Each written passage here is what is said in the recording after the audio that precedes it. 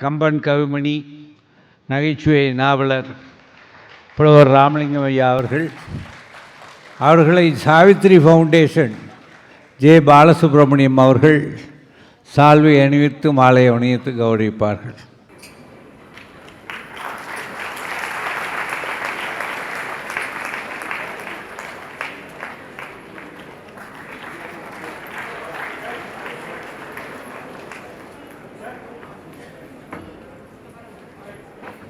Over to புலவர் மா ராமலிங்கம் ஐயா அவர்கள். அற்புதமாக 42ஆம் ஆண்டு விழாவை வெற்றிகரமாக கொண்டாடி மகிழ்ந்து கொண்டிருக்கக்கூடிய நகைச்சுவை மன்றத்தை சார்ந்த தலைவர், செயலாளர், பொருளாளர் அருமை நண்பர் சேகரன் கண்ணன் அவர்கள் அனைவருக்கும் என்னுடைய அன்பு கலந்த வணக்கத்தை இந்த இனிய மாலை பொழுதிலே தெரிவித்துக் கொள்வதிலே மகிழ்ச்சி அடைகிறேன். இந்த அரங்கத்தில் இருக்கக்கூடிய ஒவ்வொருவரும் 1000 பேருக்கு சமம் என்று கருதுகிறான் நான் பேச்சே தொடங்குறேன். என்ன எல்லாம் எப்படிப்பட்டவர்கள்லாம் ஆச்சரியமான விஷயம் என்ன, சென்னையில் இருக்கக்கூடிய இந்த நகைச்சுவை மன்றம் ஒன்று தான் பிரமிப்புக்கு உரிய பெரியவர்களையெல்லாம் ஒன்றாக சேர்த்து இணைத்து தருகிற ஆற்றல் வாய்ந்த ஒரு அமைப்பு அது மட்டும்தான். முன்னாள் புரட்சித் தலைவர் எம்ஜிஆர் காலத்திலே தலைமைச் செயலாளராக இருந்த வணக்கத்திற்குரிய ஐயா பிச்சாண்டி அவர்கள் இங்கே வருகை தந்திருக்கிறார்கள். உலகம் முழுவதும் வெண்மை புரட்சி செய்கிற ஐயா நாகராஜன் அவர்கள் இங்கே வருகை தந்திருக்கிறார்கள். அண்ணா யூனிவர்சிட்டிக்கு அடுத்த இடத்தில் இருக்கிற சிஐடி கல்லூரியுடைய சேர்மன் குடும்பத்தோடு வந்திருக்கிறாரு. ஜேபி ஐயா கலை உலக சக்கரவர்த்தி, அவர் நிறைய நண்பர்கள். இங்கே பார்த்திங்கன்னா சென்னை கம்பன் கழகம் தமிழகத்தின் தலையாய கழகம், அதில் செயலாளராக விளங்கக்கூடிய அருமை சகோதரி அக்கா டாக்டர் சாரதா நம்பி ஆரோரன் அவர்கள், வாழ்க வளமுடன் இயக்கத்தை சார்ந்த அண்ணன் முருகன் அவர்கள், இத்தனை பெரிய மக்கள் ஒவ்வொருவருக்கும் அந்த மாதிரி பெரிய பெரிய சிறப்பு இருக்கிறது. அப்படிப்பட்டவர்கள் அத்தனை பேரையும் ஒன்றாக சேர்த்து ஒரு அரங்கத்தை நாங்கள் வருடத்திற்கு ஒரு முறை சந்திக்கக்கூடிய பெரும் வாய்ப்பு இந்த அமைப்பு ஒன்றுதான் தருகிறது என்று அந்த அமைப்பை வாழ்த்தி, அதிலும் குறிப்பாக பார்த்தா மத்திய தொழிற்சாலை பாதுகாப்பு படையிலை சார்ந்திருக்கக்கூடியவர்களுக்கு வாழ்க்கையில் இழப்பு ஏற்பட்டவர்களுக்கெல்லாம் ஒரு ஈடு செய்கிற ஒரு கைங்கரியத்தையும் தன் கையில் எடுத்துக்கொண்டு சேவையில் தன்னை கரைத்து கொண்டிருக்கக்கூடிய இந்த மன்றத்தை நான் வாழ்த்துகிறேன்.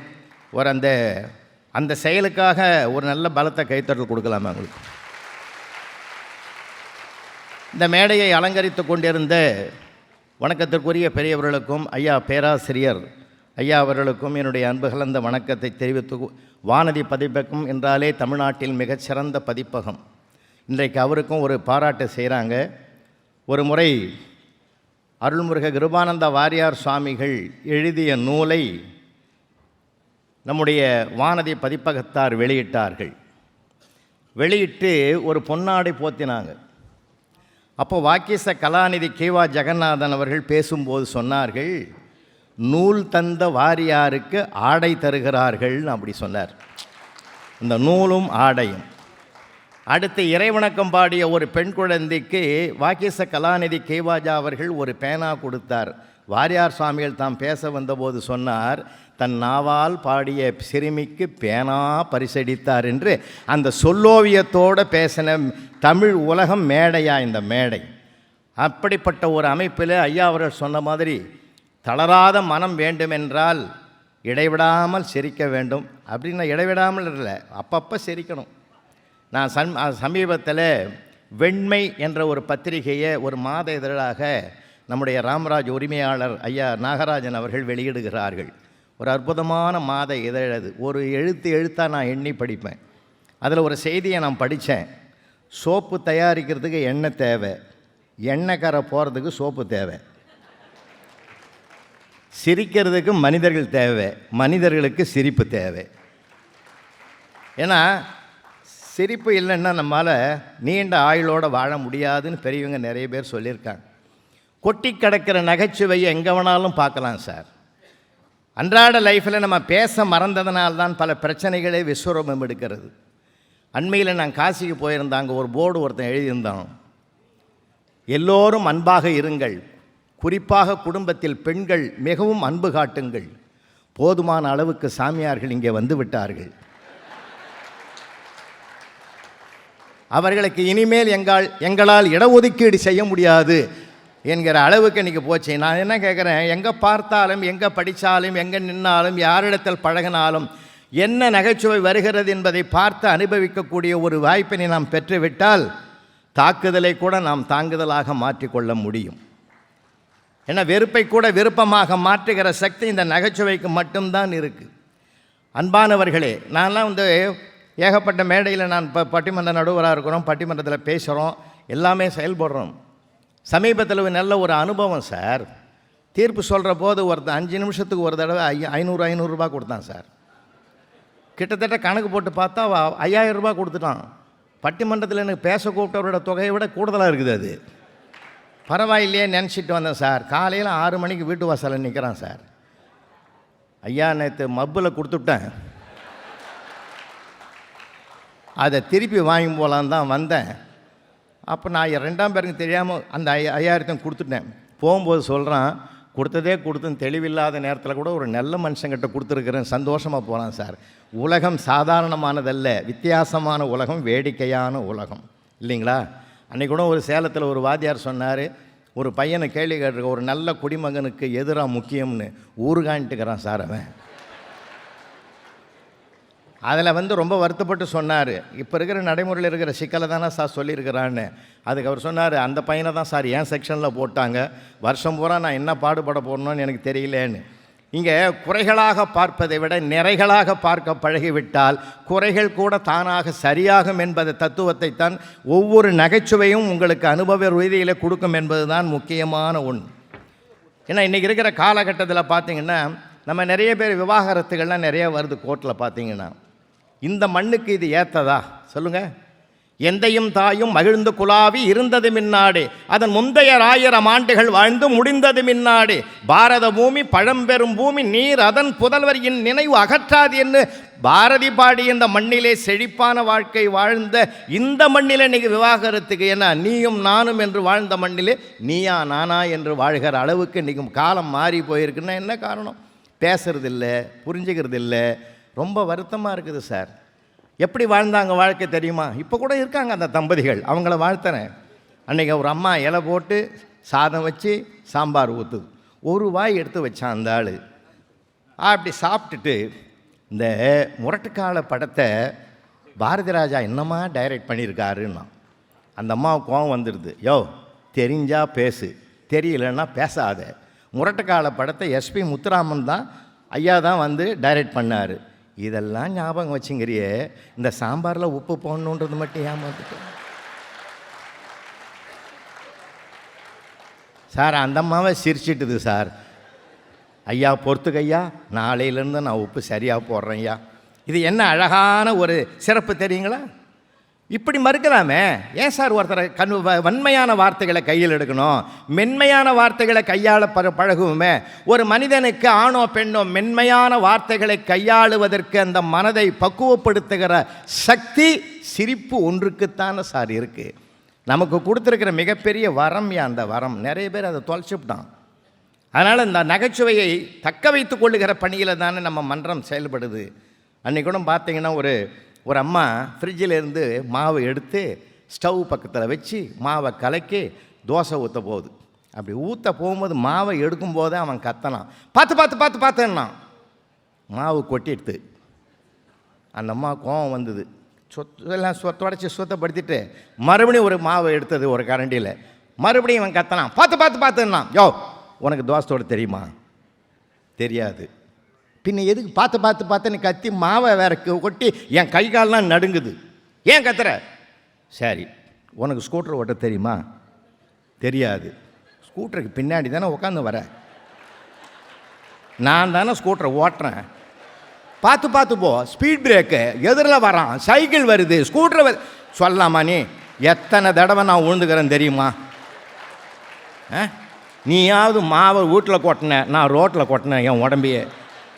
இனிமேலாவது சொல்கிற வேலையை நிறுத்து. உன்னை திருத்தத்துக்கு நான் வேறு வழி இது எவ்வளோ நாளாக நான் யோசிச்சிருப்பேன் தெரியுமா? சார், ஒருவருக்கு ஒருவர் பரஸ்பர அன்பை வெளிப்படுத்தினாலே குடும்பம் ஆனந்தமாக இருக்கும் ஐயா.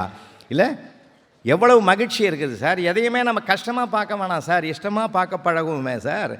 ஏன்னா எங்கள் நண்பர் கூட ஒருத்தர் பார்த்தீங்கன்னா உடுமலைப்பேட்டையில் இருக்கிறார் சார். ஒரு கல்யாணத்துக்கு அவங்க அப்பா போக முடியல, அவர்கிட்ட மொய் கவரை கொடுத்து போய் வாடான்னார். போனவன் என்ன பண்ணிட்டார், அந்த இடத்துல திரும்பி லாஸ்ட் பஸ்ஸு விட்டார், அங்கேயே தங்கிட்டார். காலையில் என்ன பண்ணாங்க, ஒரே கலாபரமாக இருக்குதுங்க அந்த கல்யாண மண்டபத்தில். ராத்திரி காலையில் தாலி கட்ட வேண்டிய புருஷன் ஓடிவிட்டான் சார். அந்த ஆள் ஓடிவிட்டதுனால அந்த பொண்ணு நிர்கதியாக நிற்குது, பெற்றோர்கள் கதறான். இந்த ஆள் போய் துணிஞ்சு சொல்லுங்கள் சார் நானே தாலி கட்டிக்கிறேன்ட்டார், நானே கல்யாணம் பண்ணிக்கிறேன்னாரு. சரின்னு இப்படி ஒரு மாப்பிள்ளை கிடைச்சாதான் அவசர காலத்துலன்னு சொல்லி கல்யாணமும் பண்ணி வீட்டுக்கு கூட்டியான்ட்டார் சார். அதே ஆள் 6 மாதம் பொறுத்து அவங்க அப்பாவை கேட்டிருக்கான், எப்போயாவது மொய் வைக்கணும்னா சொல்லுப்பா நான் போய் வரேன்னு. அவர் சொல்லியிருக்கிறார், நீ ஒரு தடவை போனதே போதும், நீ 6 மாதத்துக்கு ஒரு தடவை போனால் வீடு தாங்காதுறான்னு. ஏன்னா எந்த சூழ்நிலையிலும் நம்ம மனசை தயாராக வைத்து கொண்டிருக்கக்கூடிய பக்குவத்தை நாம் பெற்றுவிட்டால் மகிழ்ச்சியாக இருக்கும். கோயிலுக்கு போங்க, அங்கே சிலதெல்லாம் கிடைக்கும் சார். அண்மையில் ஒரு பிள்ளையார் கோயிலில் போய் சாமி கும்பிட்டுங்கிறோம், ஒரு பையன் கும்பிட்றான் சார், ஐயா உக்ரைனுக்கு ரஷ்யாவுக்கு நடக்கிற சண்டை 3வது உலக போராக வந்துடக்கூடாது, பிள்ளையாரப்பா நீ தான் கருணை பண்ணணும். அப்போ அவன் மனித நேயத்தை காதில் பட்டுது, கிட்ட கூப்பிட்டு தம்பி கட்டி பிடிச்சி பாராட்டி ஒரு பேனாவை பரிசு கொடுத்து உன் மனித நேயத்தை பாராட்டுறேன்னா, அதெல்லாம் ஒன்றும் இல்லை சார், அப்படி ஒன்று நடந்தால் உன்ன மாதிரி ஒரு வாதியார் பாடம் எழுதிடுவான், அதை அவன் படிக்கிறது. ஏற்கனவே 2 உலகப் போர் நடந்து மண்டை காயுது. போன தடவை கூட எங்கள் டீச்சர் கேட்டாங்க 2ஆம் உலகப் போர் ஏன் நடந்ததுன்னு. எனக்கு ஆன்சர் தெரியல. முதல் உலகப் போர் சரியாக நடக்காதனால் 2ஆம் உலகப் போர் நடந்ததை நான் எழுதினேன், அதுக்கு 4 அடி வாங்கினேன்.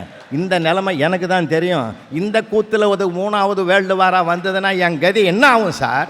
எதுக்கு சார் நடந்த சண்டையெல்லாம் பற்றி கேட்குறீங்க? இப்போ நடக்கிற சண்டை கேளுங்க சார்.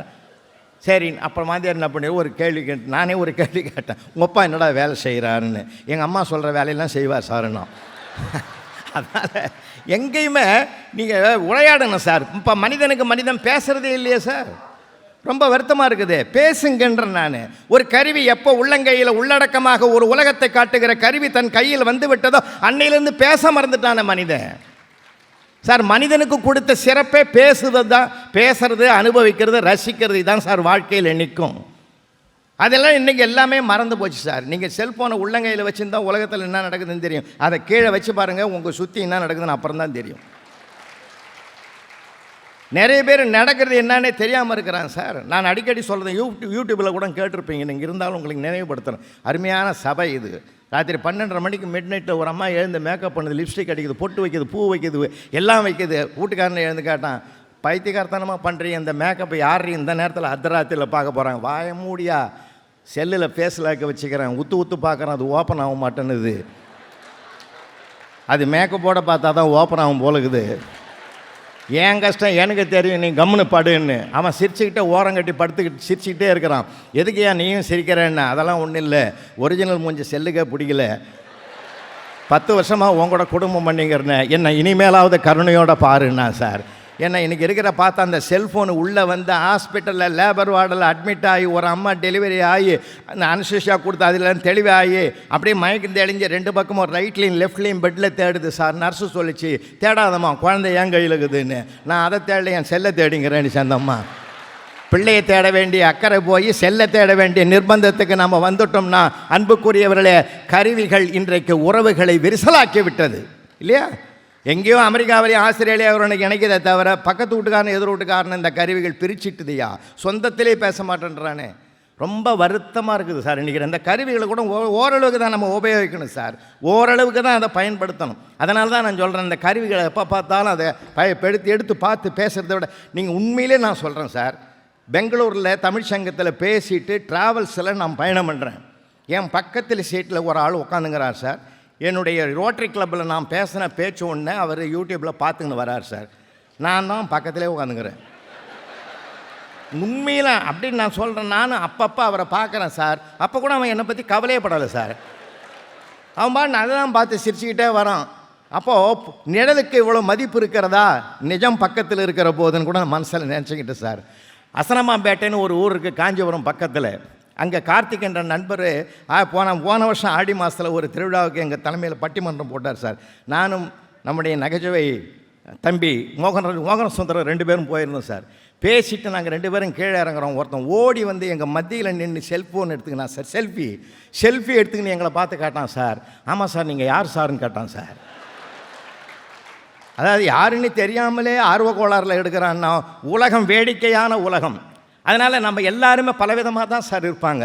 அதனால் நம்ம எல்லாருமே நாம் நினைக்கிற மாதிரி இருப்பாங்கன்னு நினைக்கப்படாது. இங்கே கூட பாருங்கள், எப்போ இந்த சிக்னலில் கூட நான் அப்பப்போ ரசிக்கிறது உண்டு. சிக்னலில் பார்த்தீங்கன்னா நம்ம ஏன் டென்ஷனாக இருக்கிறோம். அன்றைக்கி பார்க்குறேன் சார், தேனாம்பேட்டை சிக்னலில் 3 பசங்க ஹெல்மெட்டு போடலன்னு ஓரம் கட்டிட்டார் சார் டிராஃபிக் இன்ஸ்பெக்டரு. அப்படி அவங்ககிட்ட விசாரிச்சுன்னு இருக்கும்போதே ஒரு ஆள் ஸ்கூட்டரில் ஒய்ஃப் உட்கார வச்சும் போகிறான். அவனும் போடல, அந்த அம்மாவும் போடலை சார்.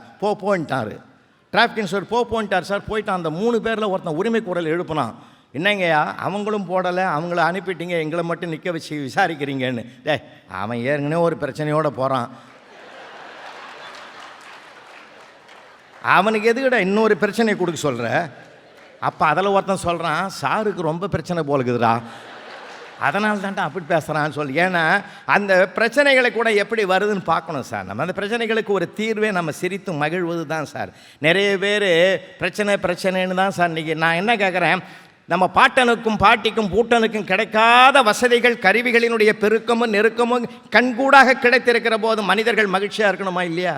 யாரை பார்த்தாலும் டென்ஷன்றான், யாரை பார்த்தாலும் ப்ரெஷர்ன்றான் சார். நாம் அனுபவிக்கிறது இல்லை சார். சின்ன குழந்தை பேச விட்டு கேட்டிருக்குமா நாம்? எல்லாம் போச்சு சார். அன்றைக்கி ஒரு சின்ன பொடி பையன் சார், 2nd ஸ்டாண்டர்ட் படிக்கிற பையன் போய் அவங்க அப்பாவை கேட்குறான் சார், டேடி நாளைக்கு ஒரு ஸ்மால் பேரண்ட் மீட்டிங் இருக்குது, நீ வரணும்னு.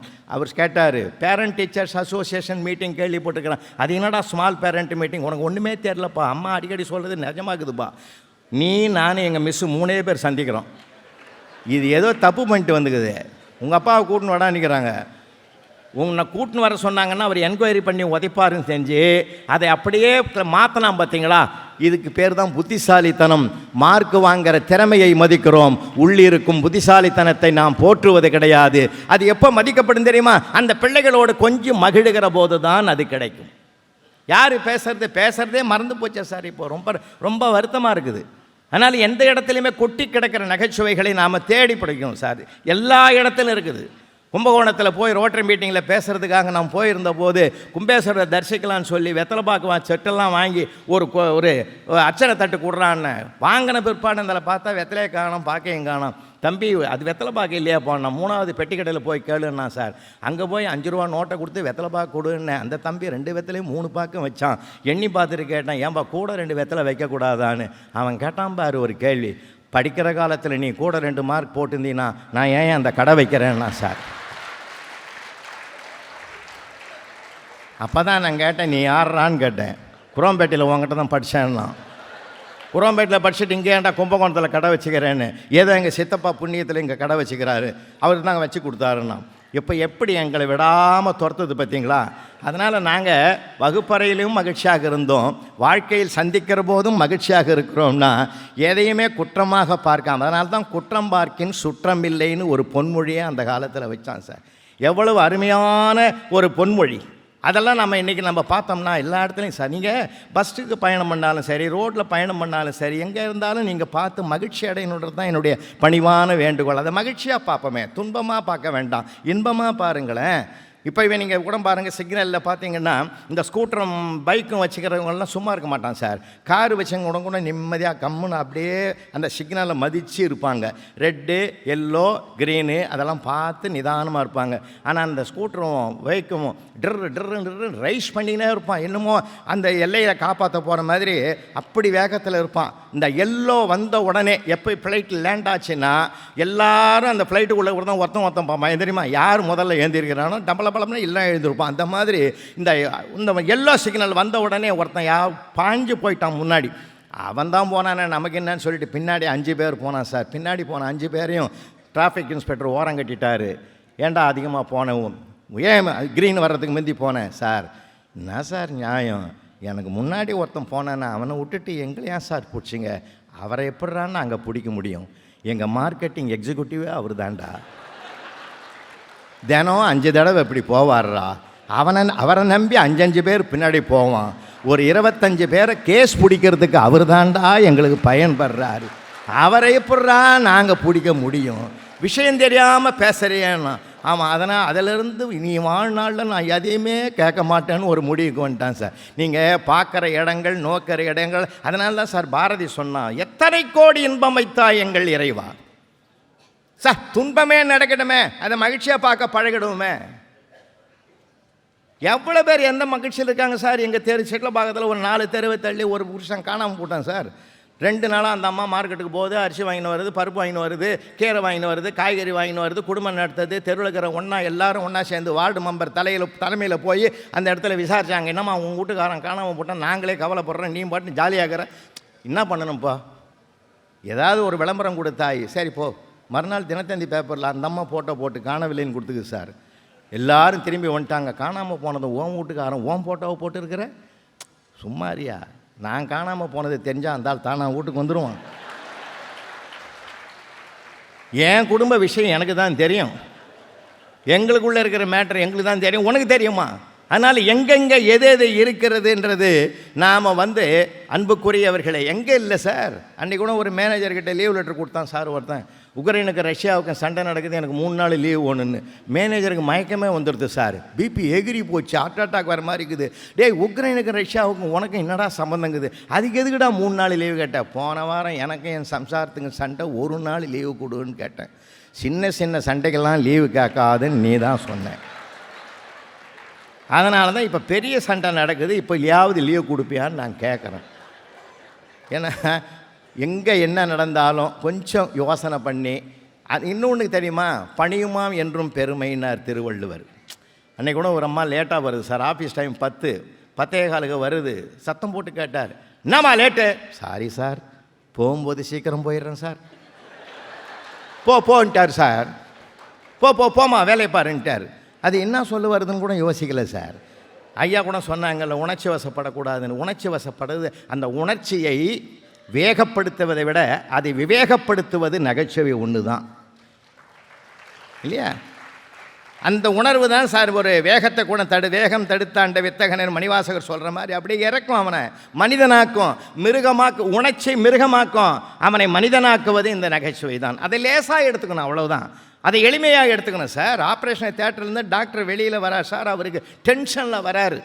ஏன்னா ஏற்கனவே அவர் அங்குள்ள இருக்கிற ஸ்கேன் மிஷின் ஏதோ ஒன்று ஒர்க் பண்ணலை சரியா, என்னடா இப்படி பண்ணிட்டுதான் சொல்லி ரொம்ப வெறுப்பில் கோவத்தில் வெளியில் வராரு. அவர்கிட்ட ஆப்ரேஷன் பண்ணுறதுக்கு அப்பாயின்மெண்ட்டு வாங்கினுவேன். அங்கே ரிசப்ஷனில் உட்காந்துருந்து இவரை பார்த்துட்டான் சார். ஓடி கேட்டான், தெய்வமே அடுத்த வாரம் உங்ககிட்ட தான் நான் ஆப்ரேஷன் பண்ணிக்க போகிறேன், ஆப்ரேஷனுக்கு பிறகு நான் எப்படி இருப்பேன் அப்படின்னு. அவர் கோவத்தில் இருந்தார். நீ எப்படி இருப்ப? அவ்வளோதான் சார், அவன் ஆப்ரேஷனை கேன்சல் பண்ணிட்டு போட்டான் சார். அவன் எதுக்குன்னா, இந்த உணர்ச்சி வசப்படுகிற போது மனிதன் தன்னை மறப்பான், வார்த்தைகள் வேகமாக வரும். கொண்டு வா அவனை என்று சொல்வதற்கு பதிலாக கொன்றுவா என்று பாண்டிய நெடுஞ்செழியன் சொன்னதற்கு காரணமே உணர்ச்சி தானே காரணம். வார்த்தைகள் என்பது பலம், வார்த்தைகள் என்பதே பலவீனம். அப்போ ஒரு மனிதனை மென்மைப்படுத்தி அந்த மென்மையின் மூலமாக அவனை மேன்மைப்படுத்துகிற ஒரு அற்புதமும் பெருமையும் சிறப்பும் நம்ம இந்த அற்புதமான நகைச்சுவைக்குத்தான் இருக்குது. அம்மா தாயே சோறு போடுன்னு வாசலில் பிச்சைக்காரன் கேட்குறான் சார். அது ஒரு பெரிய மரபு இல்லை. எவனுமே இன்னி வரைக்கும் எனக்கு 75 வயசு நடக்குது, ஒரு ஆள் கூட அப்பா பெரியப்பா சோறு போடுன்னு கேட்டதே கிடையாது சார். அப்படி கேட்டான்னு வச்சுக்கங்களேன், அப்பா போடு சோறு போடுன்னா, பெத்த பிள்ளைய பிச்சை எடுக்க விட்டு அப்பனுக்கு என்ன வேலைன்னு சமுதாயம் கேட்கும்னு அம்மான்ற பொது சொல்ல தான் பிச்சைக்காரன் கூட கேட்குறான். அந்த அம்மா வெளியில் வந்தது சார், பார்த்துட்டு சொல்லிச்சு, ஆள் பார்த்தா வாட்டசாட்டமாக இருக்கணும், மூட்டை தூக்கி பிழைக்கிறத விட்டுவிட்டு இங்கே பிச்சை எடுக்கிறியே அப்படின்னு கேட்டது. கோவப்படலை சார் அவன். ஏன், அவன் வந்ததே சாப்பாடு வாங்கணும், சாப்பிடணும் இல்லையா? கோவப்படலை சார். கோவப்பட்டா இது நடக்காதுன்னு சொல்லி, அம்மா நீ சொல்கிறது நியாயம் தாயே, இப்போ நீ கூட தான் பார்க்குறதுக்கு நயன்தாரா மாதிரி இருக்கிற, சினிமாவில் நடிக்கிறதுக்காக போனேன், இந்த வீட்டில் இருக்கிற 10 டிக்கெட்டுக்கு வடித்து கொட்டுறதுக்கு தானம்மா நீ உன்னை ஆளாக்கிக்கினேன்னு. அந்த அம்மாவுக்கு கண்களில் தண்ணி வந்துடுது சார். 10 வருஷமாக வடிச்சு கொட்டுறோம், ஒரு ஜீவன் கூட என்ன பாராட்டலை, எங்கிருந்தோ வந்த இந்த கோவாலம் என்ன பாராட்டுறேன்னு சொல்லி, தம்பி அங்கேயே நில்லுன்னு சொல்லி உள்ளே போய் 4 இட்லி சூடாக அவன் சட்னியோடு கொண்டாந்து கொடுத்து, சாப்பிட்றா தம்பி, தம்பி ஆகிட்டான் சார் அவன், சாப்பிட்ற தம்பின்னு சொல்லி எப்பப்பெல்லாம் உனக்கு பசிக்குதோ அப்பப்பெல்லாம் வாடா அக்கா இருக்கிறேன் நானுன்னு ஒரு உறவாயிடுத்து. பார்த்தீங்களா? ஒற்றை வார்த்தை அந்நியனை உறவாக்குகிற வல்லமை பெற்றது என்றால் அந்த நல்ல வார்த்தையை நம்ம உள்ளே இருந்து எடுத்துருவோமே. சார் நான் என்ன கேட்குறேன், பாத்திரத்தில் பாலை காய்ச்சறேன் சார், பாலை காய்ச்சி அதை உரைய வைக்கிறதுக்கு அவள் ஆற வச்சுட்டு அதில் ஒரே ஒரு சொட்டு மோரை விடணும், அது தயிராகுது, அதை கடையிறோம், வெண்ணெய் வருது, வெண்ணெயை உருக்குறோம், நெய் வருது. மனமுள்ள நெய் அந்த பாலுக்குள் மறைந்திருப்பது போல மனம் என்பதும் ஒரு பாலுக்கு சமமானது தான். அந்த மனதிலே நல்ல எண்ணம் என்ற ஒரு மோர்த்துளியை விட்டால் அது மனமுள்ள மனிதனை வெளியிலே கொண்டு வரும் என்றால் அந்த நல்ல எண்ணங்கள் தான். எண்ணம் சொல்லாகிறது, சொற்கள் செயலாகிறது. அப்போ எண்ணம், சொல், செயல் மூன்றும் ஒரு நேர்கோட்டில் வருகிறது. மனிதனெல்லாம் தெய்வமாகின்ற மகத்துவத்தை தரும் என்றால் அந்த மனத்துக்கள் மாசில நாதல் அனைத்தரன் ஆகல நேரபர என்கிற ஒரு வகையில் அறத்தினுடைய அடிப்படையிலே அறத்தினுடைய கோவிலாக மனம் மாற வேண்டும் என்றால் காடவர்கோன் கட்டிய நிஜ கோயிலுக்கு கூட எழுந்தருளாமல் பூசலார் நாயனார் கட்டிய மனக்கோயிலுக்கு இறைவனை எழுந்தருளினான் என்றால் உள்ளம் பெருங்கோயில் ஊனடும் ஆலயம் வள்ளல் பிரானார்க்கு வாய் கோபுரவாசல் தெள்ளத் தெளிந்தார்க்கு சீவன் சிவலிங்கம் கள்ளப்புலனிந்தம் காளமணி விளக்கே நெஞ்சகமே கோவில் நினைவே சுகந்தம் அன்பே மஞ்சனி பூசை கொள்ள வாராய் பராபரமே என்று மன்னுடைய உள்ளத்தை மனதை தூய்மையாக்கிக் கொள்ளுங்கள். அந்த தூய்மை பணியை செய்கிற ஒரே ஆயுதம் சிரிப்பு என்ற ஒன்றுதான். அதனால்தான் அம்பலத்தாடி மெம்பெருமானுடைய ஆடல் அழகை பாட வந்த நாவுக்கரசர் கூட புனித்த குருவமும் கொவ்வை செவ்வாயில் குமிழ் சிரிப்பும். பெருமானுடைய முகத்தையே அலங்கரிப்பது சிரிப்பு சார். அந்த சிரிப்பை நாம் மறந்துட்டுமே, ரொம்ப வருத்தமாக இருக்குது. அந்த சிரிப்பை எங்கே வேணாலும் பார்க்கலாம் சார். ஞானசம்பந்தம் ஐயா அங்கேருந்து தொடங்கி வச்சு போனார். அவருடைய ஜோக்கு எனக்கு ஒன்று ரொம்ப பிடிச்ச ஜோக்கு. அது நான் வாழ்க்கையில் மறக்கவே மாட்டேன் சார். ஒரு மீட்டிங்கு போயிருக்கிறோம், போகும்போது பார்த்தீங்கன்னா அந்த கூட்டத்தில் அவர் தான் முதல்ல தொடங்கினார். ஒரு ஜோக்கு சொன்னார் சார். கூட்டத்தில் இருந்த ஒரு ஆள் எழுந்துட்டார். சார் இதை நேற்று அங்கேயே சொல்லிட்டீங்க. எப்படி சார் இருக்கும் பேச்சாளனுக்கு எப்படி இருக்கும்? மற்றவங்களாம் இருந்தால் உக்காந்துருவாங்க சார். அவர் சிரிச்சுக்கிட்டே சொன்னார், உன்னை யார் இங்கே வர சொன்னதுன்னார் சார். அந்த அஞ்சாமை, அந்த துணிவு, அந்த தைரியம் இன்னைக்கு பாராட்டுவேன். அதே மாதிரி பாரதி கிருஷ்ணகுமார் ஐயா சாதாரணமாக நினைக்காதீங்க சார். அவர் உயரத்தை விட அவருடைய அறிவும் ஆற்றலும் பல மடங்கு உயரம். கொழும்பில் கம்பன் விழாவில் அவர் பேசின பேச்சை கேட்டு மயங்கி போனவன் நான். அவ்வளவு அழகாக ஒரு ட்ராமேட்டிக்காக பேசுவார். அதே மாதிரி அந்த பக்கம் பார்த்தீங்கன்னா நடிப்பின் சிகரம் நாசர் அவர்கள். நாசர் பக்கத்தில் உட்காரும்போது எனக்கு என்ன வந்து தெரியுமா, நாங்கள்லாம் செஞ்ச தப்பை தவறுப்பான்னு சொல்லுவோம், அவர் சொல்கிற முறையே வேறு, தவறு அப்படின்னு. நம்முடைய அது என்ன படம், பாகுபலியிலுடைய கேரக்டரில் அந்த வார்த்தைகளுடைய வீச்சு அற்புதமானது. இப்போ கூட அது ரெண்டும் பாகுபலி 1, 2 மிக்ஸ் ஆகி தீபாவளிக்கு வருது. போன வாரம் சத்யராஜ் சாரும் நானும் பேசும்போது சத்யராஜ் சார் சொன்னார், 2 கலந்து வருது சார் படம்னு. ஏன்னா நடிப்பு ஒரு கலை, பேசுவது ஒரு கலை, ஆடுவது ஒரு கலை, எல்லாமே ஒரு கலை சார். நகைச்சுவை சொல்வது தலையாய கலை. அந்த கலையை ஏன்னா இவ்வளோ பேர் அதான் என்ன கலைன்னா சொல்கிற நகைச்சுவைக்கு ரெஸ்பான்ஸ் கொடுத்து சிரித்து மகிழ்ந்தால் தான் நகைச்சுவையாளனுக்கு அடுத்த நகைச்சுவை வரும். அதனால் இந்த அவை போல் உலகத்தில் எங்கேயுமே கிடைக்காதுயா. ஒட்டுமொத்த ஒரு அவையை கொடுத்துருக்கிற உங்களை அற்புதமாக நான் இந்த இடத்துல நான் மகிழ்ச்சியோடு நாங்கள் வணங்குவதிலே பெருமை அடைகிறோம். ஏன்னா அவங்க ஐயா கூட நிறைய மொழிகளுடைய பற்றிலாம் சொன்னாங்க. பேராசிரியர் ராமச்சந்திரன் மொழியினுடைய தன்மைகள்லாம் சொன்னாங்க. நாங்களும் வகுப்பறையில் பல பாடங்கள் நடத்தணும் தான், வேண்டாம் அது. ஆனால் எதுக்காக நான் சொல்கிறேன்னா, எந்த மொழியை வேணாலும் படிக்கட்டும் பிள்ளைங்க, ஆனால் அந்தந்த மொழியில் நல்லா பேசவும் நல்லா எழுதவும் நல்லா உணரவும் கற்றுக் கொடுங்க. உணராத ஒரு மொழி உள்ளே ஒட்டவே ஒட்டாது. ஏன்னா இப்போ ஜப்பானில் மன்னரும் அமெரிக்க அதிபர் அப்போ கிளின்டன் இவங்க 2 பேரும் சந்திக்கணும் சார். அப்போ என்ன பண்ணுறாங்க, அவருடைய லாங்குவேஜில் 2 வார்த்தை இவர் பேசணும், இவருடைய லாங்குவேஜில் அவர் 2 வார்த்தை பேசணும்.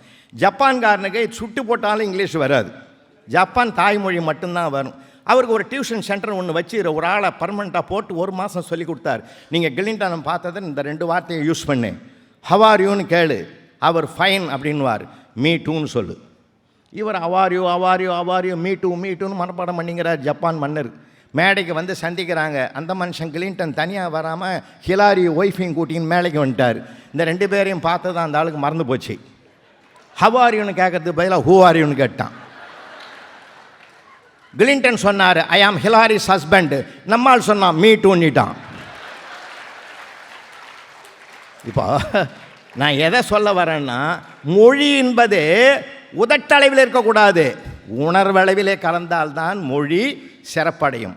எப்படி பேசணும், எப்படி வரணும், எப்படி எழுதணுன்றதே முதல் தெரியும். 5 வருஷத்துக்கு முந்தைய நான் பிடபிள்யூ டிபார்ட்மெண்ட்டுக்கு உள்ளே போகிறேன் சார். போனால் அங்கே ஒரு போர்டு இது பார்த்தா எனக்கு ஆச்சரியமாக போச்சு. உதவி கோட்ட பொறியாளருக்கு காலை எடுத்துட்டான் சார். படித்தா என்ன ஆகும்? உதவி கேட்ட பொறியாளர்னு இருக்குது. ஒருவேளை அது கேட்டாரோ என்னமோ அதுவும் தெரியாது. ஏன்னா ஒரு துணைக்கால் போட்டாலும் ஒரு கமா எடுத்தாலும் எவ்வளவு விஷயம் இருக்குது தெரியுமா நமக்கு. இன்றைக்கி யாருக்கும் எதை பற்றியும் கவலை இல்லை சார். ஆனால் பிரில்லியண்ட்டான பிள்ளைங்க நாட்டில் இருக்கிறான் சார். தயவு செஞ்சு குழந்தைகளை ரசிங்க. மூத்த பெருமக்கள் இங்கே இருக்கிறீங்க, 60 தாண்டி 80 தாண்டியில் இருக்கிறீங்க. நீங்கள்லாம் கடவுளுக்கு சமமியா. 60 தாண்டினாலே நம்ம வார்த்தைகள் வாழ்த்தாகத்தான் வரணுமே தவிர ஒருவனை கூட வைவதாக வரவே கூடாது. மண்ணில் நல்ல வண்ணம் வாடலாம் வைகளும் எண்ணில் நல்ல கதிக்கு யாதும் ஓர் குறைவிலே கண்ணில் நல்ல அகுதரும் கழுமல வளநகர் பெண்ணின் நல்லாளுடன் பெருந்தகை இருந்ததே என்று இந்த மண்ணிலே மகத்தான பாடலை ஞானசம்பந்த பெருமான் அள்ளி வழங்கிய குடும்ப பாடல் அதியா. அதனால் நம்ம குடும்பத்தை நேசிப்போம், எல்லாரையும் பிள்ளைகளை சந்தோஷமாக வச்சுருப்போம். நான் கேட்குறேன், ஆசிரியர்களுக்கு ஒரு பங்கு இருக்குது, பெற்றோர்களுக்கு ஒரு பங்கு இருக்குது. அன்றைக்கி கூட ஒரு அம்மா நான் சொல்லது பிள்ளைங்க கேட்டுது. அவன் 6ஆம் கிளாஸ் படிக்கிறான் சார். படிக்கிற பையனை கேட்டது, 4 நாள் எத்தனைடா, என்ன சொல்லு பார்ப்போம். 10 மான்னா. டேய் சரியாக போடுறா, சொல்கிறா 10. டேய் மறுபடியும் கணக்கு எண்ணி பார்த்து சொல்கிறா 10 தாம்மா. தப்புடா. தப்பு. என்னம்மா தப்பு? நான் தினம் உன்னை பார்க்குறேன் ஒரு வாரமாக. காய்கறி கூடையோடு அந்த அம்மா வருது, இறக்கி வச்சுட்டின்னா கேட்குற. கீரை எவ்வளோன்னு 10 ரூபான்னுது, நீ 8 ரூபாய்க்கு கேட்குற.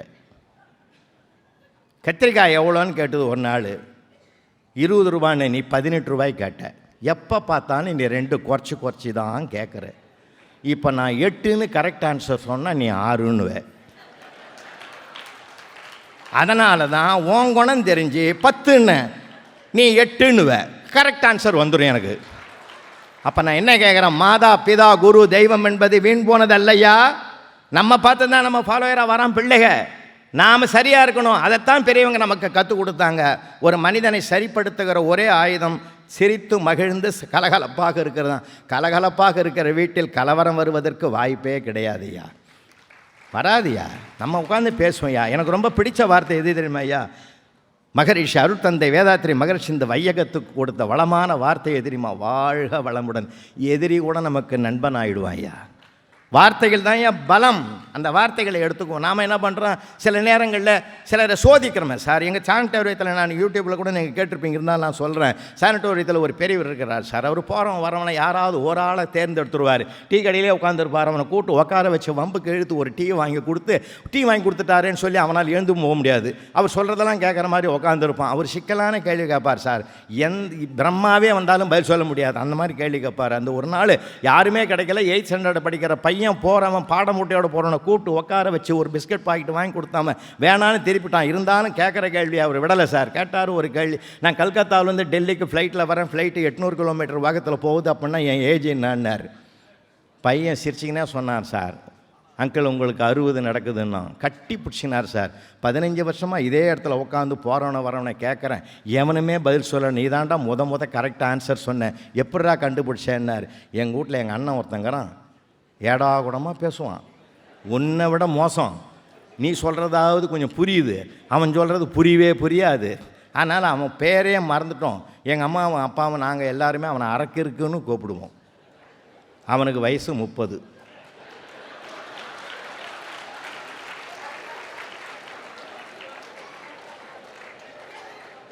அரக்கிருக்குக்கு 30ன்னா முழுக்கு இருக்குக்கு 60 தானே இருக்கணும். நானே முடிவு பண்ணேன்னு. அன்பானவர்களே, அது குற்றம்னு பார்க்கறத விட குற்றத்தை கூட குணமாக பார்க்கிற பழக்கம் நமக்கு ஏற்பட்டு விட்டால், குணம் நாடி குற்றமும் நாடி அவற்றுள் மிகை நாடி மிக்க குளன்னு என் ஐயன் திருவள்ளுவன் நமக்கு எடுத்துரைத்த கருத்தை நினைவிலே வைத்து சிரித்து மகிழ்வோம்.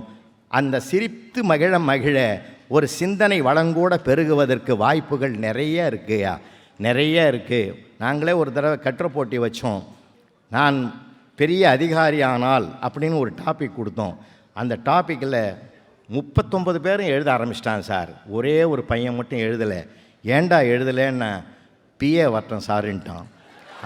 அப்போவே அவன் பெரிய அதிகாரி ஆகிட்டான் சார். அவன் உண்மையிலேயே அவன் தொலைநோக்கு பார்வை எப்படி இருக்குது பார்த்தீங்களா? சிந்திச்சு பார்க்கணும். நாம் எல்லா இடங்களிலும் மகிழ்ச்சி கொட்டி கிடக்கிறது. அதை அனுபவிக்க வேண்டிய பருவத்தில் மாதா பிதா குரு எல்லாருமே அவங்கவங்க வீட்லேயும் கல்வி நிலையங்களையும், ஏன்னா ஒரு ஆணையோ பெண்ணையோ உருவாக்கி உலகத்துக்கு தருவது 2 இடம், ஒன்று கருவறை, இன்னொன்று வகுப்பறை. இந்த கருவறையும் மகிழ்ச்சியாக இருக்கணும், வகுப்பறையும் மகிழ்ச்சியாக இருக்கணும்னா அவன் 2 இடங்களிலும் வளர வளர தான் சமுதாயத்தில் அவனை யாராலும் திசை திருப்ப முடியாது சார். இந்த சமுதாயம் எங்கே போகட்டும் அதை பற்றி கவலையே இல்லை. அவனை சரிப்படுத்த வேண்டிய பொறுப்பும் சிறப்பும் தாய்க்கும் தந்தைக்கும் ஆசிரியர்களுக்கும் தான் இருக்கிறது என்றால் அந்த பெருமையத்தோடு பிள்ளைகளோடு பழகுவோம். குற்றத்தை பார்க்க வேண்டாம். அவன் சில நேரங்களில் அந்த சிறு பிள்ளைத்தனமாக எழுதுவான் சார். காந்தியை பற்றி குறிப்பு வரைன்னு கேட்டிருந்த போது அவன் எழுதியிருக்கான் சார். காந்தி ஜெயந்தி, அதுவும் ஒரு கேள்வியே தான். காந்தி ஜெயந்தியை பற்றி குறிப்பு வரைங்க. அவன் காந்தியை பற்றி 4 வரி எழுதிட்டு கடைசி வரி எழுதிக்கிறான் சார். ஜெயந்தியை பற்றி எனக்கு எதுவும் அறியவில்லைன்னு எழுதியிருக்கான் சார். அவன் அப்படி தான் எழுதுவான், அவன் அப்படி தான் இருப்பான். குழந்தைகளை குழந்தையாக நம்ம பார்க்கணும் சார். அதனால் அன்புக்குரியவர்களே, குழந்தையும் தெய்வமும் கொண்டாடும் இடத்தில் குழந்தைகள் வைரங்கள், அவர்களை திட்டாதீர்கள், தீட்டுங்கள், பிரகாசிப்பார்கள்.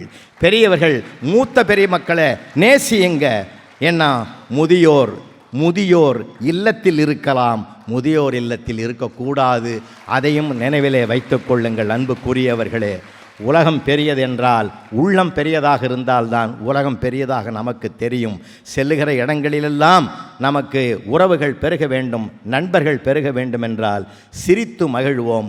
ஒரு புன்னகையும் மௌனமும் தான் ஒரு மாபெரும் வெற்றியை நமக்கு தேடி தரும் என்றால் சில நேரங்களில் மௌனமாக இருப்போம், சில நேரங்களில் புன்னகையை ஆயுதமாக்கி கொள்ளுவோம். வாழ்க்கையில் ஜெயித்து கொண்டே இருக்கலாம். ஒரு ஞானியிடத்தில் ஒரு பெண் கேட்டாள், ஐயா, என் கணவர் 100 ஆண்டுகளுக்கு மேலே வாழணும்னு நினைக்கிறேன், நான் சஷ்டி விரதம் இருக்கவா? இல்லையா, சஷ்டி விரதம் இருக்குவா, ஏகாதசி விரதம் இருக்குவா, கிருத்திகை விரதம்? எதையும் வேணாம், மௌன விரதம் இரு, அவன் 150 வருஷம் நல்லா இருப்பான்னு. ஆனால் மௌனம் என்பது சாதாரணமானதல்ல. மௌனமும் புன்னகையும் 2 ஆயுதங்களாக எடுத்துக்கொள்ளுங்கள். அதை விட மேலானது மன்னிப்பு என்ற ஒன்றை கையில் எடுத்துக்கொண்டால் உலகம் அத்தனையும் நமக்கு உறவுகளாகும். அந்த உறவுகளை சேர்த்து தருகிற பெருமை தேனி பல ஆயிரம் மலர்களிலிருந்து தேனை சேகரித்து ஒரு கூடாக கட்டுவது போல 42 ஆண்டுகளாக சேகரன், கண்ணன் முதல் அத்தனை பேரும் இந்த தேன் கூட்டை கட்டி இருக்கிறார்கள். இது பொன் விழா, வைர விழா, பவள விழா, முத்து விழா, 100ஆண்டு விழாவை காண வேண்டும் என்று எல்லாம் வல்ல இறைவனை பிரார்த்தித்து வாழ்த்தி விடைபெறுகிறேன். நன்றி, வணக்கம்.